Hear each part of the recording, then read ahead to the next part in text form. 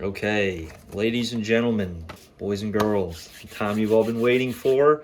Weekly recap coming at you a little bit early this week. Been doing them on Wednesdays, ripping it on a Tuesday today for a couple reasons. Kind of just wanted to get it knocked out, but also was just a little bit too excited. Caught my first dub off an absolute sweater of a Monday night game. I know I already mentioned it, but me and Bess, I was up.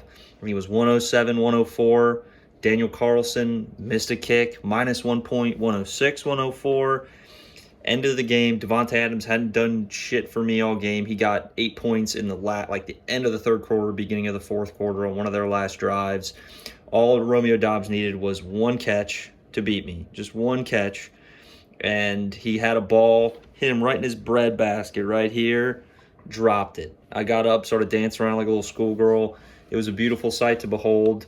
So very sorry, all the respect to Bess. But you did lose your O to somebody that had an O in the win column. So a little bit embarrassing. Just want to say that. But just fucking with you. Love you. All the respect to you. We both left a ton of points on the bench. I had Zach Moss and Darren Waller on my bench. I know you had like Calvin Ridley and somebody else on your bench too. So we both could have made some lineup, decision choices that we didn't make. And it ended up, obviously altering the game and how it played. But regardless, I do have to go over all of last week's games and see how my recaps went here. So first, we're obviously going to start out with myself and Dr. Professor Commissioner Bessiker. So I picked myself in this matchup. Obviously, like I said, I'm literally going to do that every week. So, don't be surprised. Don't get your feelings hurt because I picked myself, because I'm going to do it every week. Against Mr. Bessiker, I came out with a dub, 106.82, going against a Professor Bessiker, 104.24. Tough game. I had the Jets defense come in super clutch for me. DeAndre Hopkins ended up being my best player, coming off last week where he was, at the bottom. Devin Akane came in really nice for you, but then obviously he's hurt. So my condolences. We just made a trade. I got Devontae Adams. He didn't pan out good this week either, to be fair. But, Devin Akane, super terrible to see because I do want him. He has the potential to be somebody special in the league. So, very optimistic about his situation. I know they didn't officially say that it's like an ACL tear. They're just like, it's a knee thing. They're looking into it. They're probably going to play it cautious because that guy moves fast. They're going to want him to come back at full speed. So my guess is that they're going to be pretty cautious. If he was a quarterback or another position, they probably would stress the comeback, but obviously running backs get beat up. So if they're smart, they're going to play that slow. Next, we are going to a Dawson Hogan versus an Adam Burbrink. And I know, Adam, keep getting mad at me because I'm picking against you, but it was nothing personal. Like I said, last week was the week of the underdog. And unfortunately, the underdog did not pull it out in this situation. So Adam's team has a grudge. I think Adam's team got on YouTube and watched my prediction video for last week, and they just knew that I was rooting against them. And I think that was the fuel that lit their fire. And they've just been going off. I mean, you couldn't predict DJ Moore. Travis Etienne also, best game of the season so far for him. So pretty crazy game. Dawson put up a valiant effort. I think he just had some underperformers on the bottom of his roster that just couldn't pull it out for him because George Kittle had a hell of a game. New Orleans defense had a hell of a game. I mean, it's nice. I'm looking at this. It shows me the top 3 highlighted players on each teams, and we got a lot of defenses up on the board today. I mean, Pittsburgh's defense is there, New York Jets, New Orleans Saints, San Francisco 49ers. I mean, we got a lot of defenses that pulled, above 15 numbers. I think the lowest score on here on the defense I'm seeing is like 17.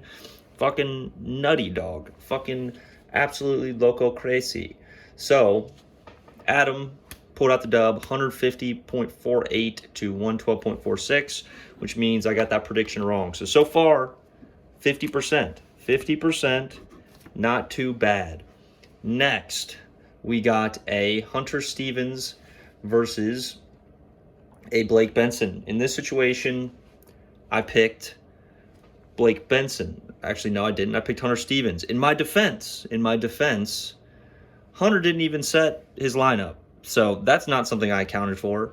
So, I mean, Hunter, you just did me dirty, dog. You know, you're dragging my reputation through the mud. We have to have a conversation about that because you started a guy that was on a bye week, and you started another guy that was out, and he was out for the whole week, so he wasn't going to play no matter what, and you started him anyway. So, I mean, from here on out until I'm seeing some changes in your management strategy, I got to pick against you, Hunter, because I mean, if you're the guy that's not setting lineups, like, you're going to lose, 10 times out of 10. You're going to lose if you're not changing that lineup up and shifting it depending on who you're playing in bye weeks. Like, come on, brother. Okay, on to the next one. So that makes me 1 for 3. 1 for 3. Next, we're going to Connor Walsh versus... sorry, I had a battery notification on my phone, so I don't know if that paused the video, but regardless, Connor Walsh versus a Matt Reynolds. Absolute sweater. I thought my game versus Best was a sweater. This one was equally as much because it ended up coming down to literally the situation with fucking Devontae Adams and Jacoby Myers, where like Jimmy Garoppolo had an absolute throbbing hard-on for Jacoby Myers for some reason. Like, he was throwing to Jacoby Myers in triple coverage. If there was like a defender within like a 10-foot radius of Devontae Adams, like even the broadcasters were like, oh, they covered up Devontae good on that play, and then he threw to Jacoby Myers with 3 guys surrounding him. The only pick that he threw in that game, if you go, I encourage you to go back and watch this film because it was just absolutely skull-fucking to me because Jacoby Myers, 3 people around him, he throws it directly into that coverage.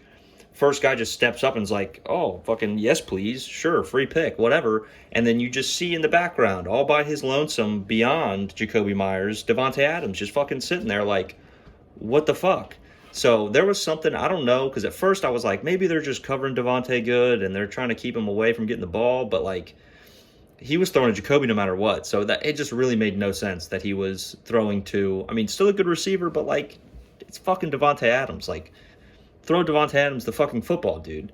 Jimmy Garoppolo, like, what the fuck are you doing, dog? Like, figure your shit out. So, 147.86 to 144.48. Jacoby Myers, for some reason, had a career game, dropped a little over 20 points, and that's ended up being what pulled out Walsh the dub. Because I know Matt was projected to win because Jacoby Myers was not supposed to do that. And those extra few points ended up doing it. Won by 3. Crazy game. And I actually did have Connor Walsh as the victor in that game. So that brings me back to a 50%. That's 2 out of 4. So keep that down. Keep that down in the memory banks there, boys. Next one, we got a Southgate Squirt Squad. So a Connor McDaniels versus the Hebe Master himself. And in this situation, I picked Connor Daniels. So, not the best. I know that me and old Connor J are down there together in the 1-4 squad at the bottom of both divisions, which is unfortunate for us. But hats off to you, Colin. You actually started Joe Burrow on a good week. So I know that was a point of stress for you when to start Joe Burrow, but finally last week was the right time to start Joe Burrow against a shaky Arizona defense. And then you just had some underperformers this week, Connor. I definitely recommend looking out on the trade blocks. I know that can't remember who had Justin Jefferson, but obviously Justin Jefferson's hurt, Devin Acane's hurt, Anthony Richardson's hurt. There's some big injuries out there, so I know there's going to be some big teams in our league that are looking to kind of make some trade positions. So be on the lookout for those guys that have those extra guys that on their bench that could or could not be thrown into that flex spot, because those are going to be the prime targets to trade for. So look out for that.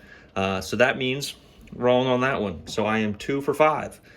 Going down to the last one here, giving me an exactly even dead split 50% correct ratio. I believe again, I think I was last week. I don't fucking remember. But 50% down the middle because I picked Ryan in this matchup against Dalton Bates. He was an underdog. And Dalton's team, lowest scoring team of the week, which is a big surprise because obviously, I don't know if it was last week or the week before, but Dalton had some crazy games here. I mean, your third highest scorer was Dameon Pierce with 9 points. So that's a tough break. That's a tough break. You guys just your guys just didn't perform. They didn't show out for you. I mean, I recommend getting in that locker room next time and really digging deep, pulling it from your chest, and kind of trying to give a real inspirational speech out there. Well, I can't remember what that movie is, but Al Pacino playing that high school football coach. I can't remember what movie that is. Put it down in the comment section below. But he really riled them guys up. So think about that next time before week 6 matchups, guys. But awesome. So 50% for last week. So not too bad. Not too bad. I'll take 50%. I'll take 50%. Going into next week, I ripped it off the cuff last week. That's what I'm going to do again this week. No pre-planning. Just going to look at the matchups, fire from the hip, whatever comes to mind. That's what I'm going to say. So with that, don't get your feelings hurt if I don't pick you. I don't know who I'm going to pick right now in the slightest. I'm just going to pick them as I see them. So first matchup, we got myself, the whole Punisher himself, against the Hebe Master, so a Colin Higas. So coming in with my projection being 126.1, Hebe Master being 123.8. So my projection is a little bit higher. And why am I even talking about it? I'm picking myself. Like, I already said it. It's known. I'm picking myself. Like, I'm getting the dub. Even if I don't get the dub, I'm picking myself for the dub. So, all respect to Colin. You got a solid squad, but I'm getting the dub. Got Austin Eckler back this week.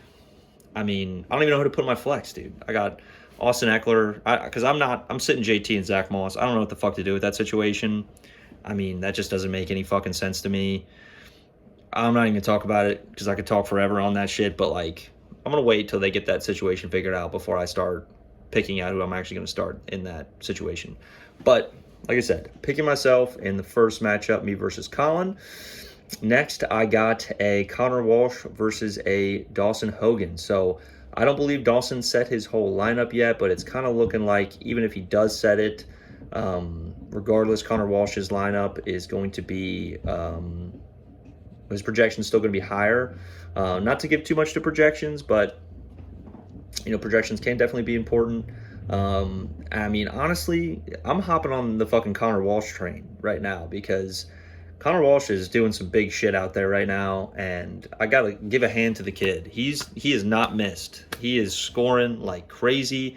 I mean, I don't even know if I will look back at his lowest scoring game. I mean, his lowest scoring game maybe is in the 130s, something like that. In a 12-man league, that's fucking ridiculous. I mean, what a squad. Josh Allen, Christian McCaffrey, Mike Evans. What a fucking squad. What a fucking squad that you got right there, buddy. So I'm picking Connor Walsh, the kid himself.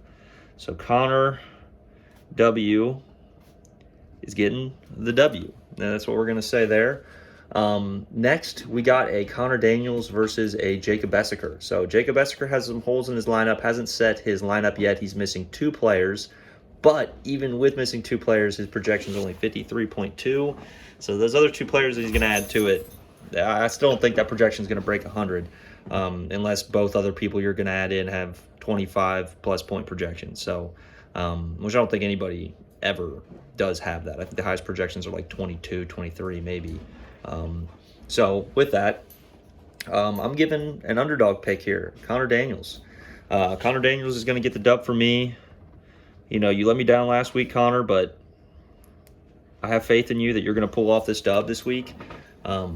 I think Bess is kind of down bad in his situation. Might have to make some additional trades, but hope and prayers, love and prayers going out to Jacob Essiker, everybody, before you go to bed tonight. Say a prayer for Jacob Essiker because he's in a tough spot. Started out so strong, 4-0, and now the outlook's looking a little bleak for the next few weeks. So hoping that you kind of turn that around for yourself. Obviously, don't want you to beat me, but still hoping for you, hoping and praying for you, buddy. So we got Connor Daniels getting the dub in that matchup this week. Next, we got a Dalton Bates versus a Hunter Stevens. Like I said before, Hunter, you didn't set your lineup last week simply based off of that fact. I just can't confidently pick you going into next week because who knows what you're going to do with your lineup next week. So for that reason alone, without even talking about who you have on your squad, because I like your squad a lot. You got Jalen Hurts, you got Tyreek Hill. Those are some cornerstones to have on your team. And I do like your team a lot. I like your team better than I like Dalton's team, honestly. But I got to give Dalton the dub. He is a more attentive manager of his team. So I'm going to have to give Dalton Master Bates, the dub. Dalton B, George W, right there. Next, we're going to a Ryan Chance versus a Blake Benson. So here, Blake Benson has the clear projection W with 126 projection versus a 113 projection. You got a solid team right now, Blake. I am liking, where you're going. I know Ryan's record's better. And he did kind of pull out a kind of a lucky dub last week, and you did too, obviously playing Hunter, who didn't set his lineup, but